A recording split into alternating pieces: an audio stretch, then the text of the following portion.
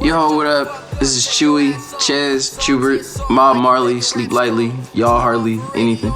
And you watching interviews, this is my life behind bars. Breaking Bad, narcs had wires on the phone. LJ bust more knocks than a Morse code. Remorse mode, I ain't wanna do him that code. Who is that? Who is that? You a bad hoe. I'm in the dashboard, tripping on the suicide cam. Hear voices and I can't tell who are my friends. Sacramento is small as fuck. Sac is one of the most culturally accelerated places that I've ever been to. Being an artist there is difficult as hell because I guess history repeats itself, so it seemed like we've always had these problems, but especially as of right now, it's real hard to book venues because there'd be a lot of shootings and whatnot. It's like a lot of accelerated gang activity out there right now. Like everybody wants to be extremely gangster. When I first started, before I had like any kind of acclaim to my name, it was hard to get venues and people was getting shot up at venues and everybody wanted to be a drug dealer or a gangster. So that's Sac in a nutshell. It's like East Oakland meets LA. Really? Yeah, I saw it. Yes, I did. My kids have mentioned you before, yeah? Really? Uh-huh. Yeah, they wanted to take me in my hometown. All right, then. Go ahead. Thank you. I'm proud of you, baby. I would say all up until I was 23, I stopped living under the approval of my parents. You know what I'm saying? I always had morals. Like my mom would be like, you always treat everybody with respect. You know what I'm saying? If you gotta steal from a motherfucker, you walk up to him and you say, excuse me, sir, I need your wallet, please. You know what I'm saying? Have manners in every fucking thing you do. Be an outstanding person. And my dad always taught us the worst two things to be are a liar and a thief. So I grew up with a lot of integrity, a lot of honesty, respect. They always taught me to be myself and be my own person. So when I grew up and found Buddhism, that's what really like made me, you know what I mean? So I've always been respectful, I've always been fucking polite, I've always been smart as shit. And finding Buddhism just like closed that in, you know what I mean? But yeah, like I said, all up until I was 23, I was always doing shit like, well, what would your mom and dad think if you were doing that? Or what would they say if they saw that? You know what I'm saying? Even down to my music, I only choose to pick and talk about certain shit because like, yeah, well, I don't want my mom to hear that and be like, oh, you know what I mean? And they're supportive as fuck. Like, they tell me, like, nigga, you're grown. You do whatever you want to do. I'm gonna check my tone. Other ballistical lyrical rhymers don't hold they own. I'm running checks to get those that don't come correct, cause I detect much respect when I get wrecked. My flow is oh so on, which makes my solo so strong. My tongue gets its roll on with lyrics needed for so long with those who win. I blend, give me some gin in the pen, then comprehend to the flow within. I'm blowing up my spot. Some may think I'm not. It's like dot to dot and lyrically you been had by these mad ass skills of mine. I'll be blunt, I'll smoke blunts, but won't front on no rhymes. My mom raps. My mom was a fucking battle rap extraordinaire when she was in high school. She has always gone by and still goes by the name Red with 2 D's. She went to Valley High School in Sac. When I was 7 years old, my mom had a studio set up in the crib. And then I just used to fucking watch her make music all day. Like she had little bamboo curtains up and she'd be in the corner, nigga, with she had the fucking keyboard over here. She had a little monitor over here, nigga, the mic in the corner. Like she had everything set up in the corner of her room. And she used to be there for like days, nigga. I'm talking about like she would only come out to cook and like go to school because she was going to school for business management and music engineering or some shit. And she influenced me with the east side of Snoop Dogg, Richie Rich, fucking Tony.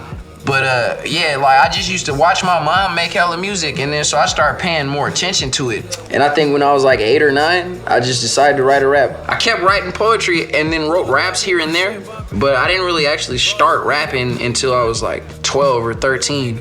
And ironically, I was the worst person in my group. He hit me on Twitter one day, and I don't know why, I don't really be fucking with niggas. And I don't know, I looked up his shit, and I was like, this is cool. And then he said he fucked with Brother Lynch.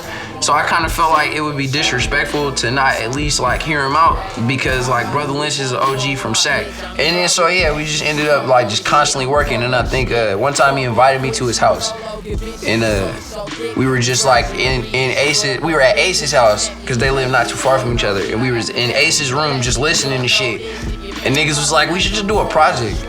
And I was going through some label shit at the time, so honestly, I was really like, I don't fucking care about anything. Nigga, like, whatever, nigga, you throw a beat on, I'ma write. So I wasn't expecting it to be as big as it was at all, nigga. I was just depressed, trying to get out of my situation. So I'm like, shit, whatever I can do to keep rapping, nigga, cause I'm getting ready to quit this shit. And then, yeah, like, that shit ended up blowing the fuck up. We only made a part 2 because, like, hundreds of people were tweeting about it. And then I was looking up A&B one time, and there was an A&B 2 search in Google. Like, it finished it for me. I typed in A&B, and like A&B 2 release date popped up. And I was like, what the fuck? So I text this nigga, I'm like, we should probably just do a part 2, nigga, because everybody keep asking about it. I've always been susceptible to weird ass energies. So one day shit just started getting hella weird, you know what I mean?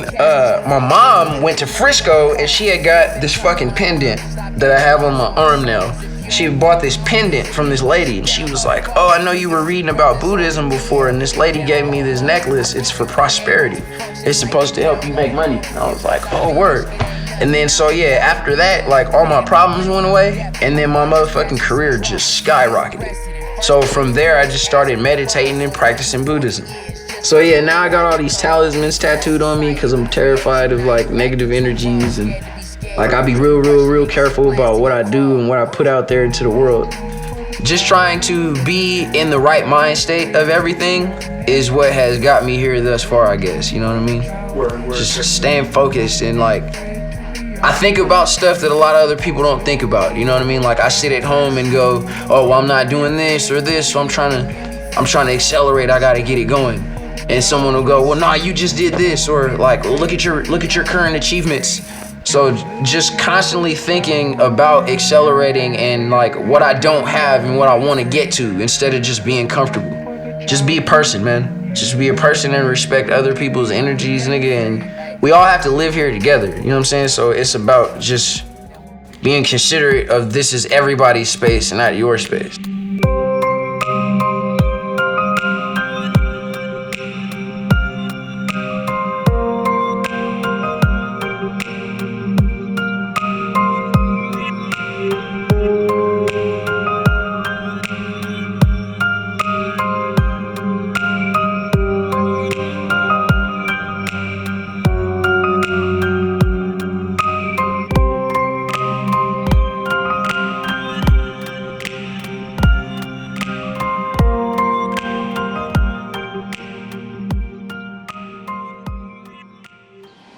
I would rather not have to explain my actions. Everybody watch me like the main attraction. The chemical imbalance doesn't suit a reaction that I feel we can elaborate or build on after, nigga. I done been to hell, I don't fear no rapture. Weirdos, De Niro's don't fear no rappers. You can say it all you want, but you still know trappers. Ixnay to D-listers, let's kill those actors. Squares make comments cause they can't make dollars. Niggas can't pay homage cause my spot, they want it. When I took mine, they called me a hot shot. Show off, whoa dog, you mad, I'm old dog. You toe off, so paw. I swing, break four jaws, and so on and so on. Why don't you niggas let me get my roll on? Bruce through a melody that I can lay my soul on. Close to the edge, it's getting so hard to hold on. Hold on, don't rush me, nigga, you gon' fuck the whole program. The Ox King pull up and shot things, he going stupid in the courtroom, they couldn't prove shit. He didn't do it, took the Porsche, ran it through the front door of his new crib.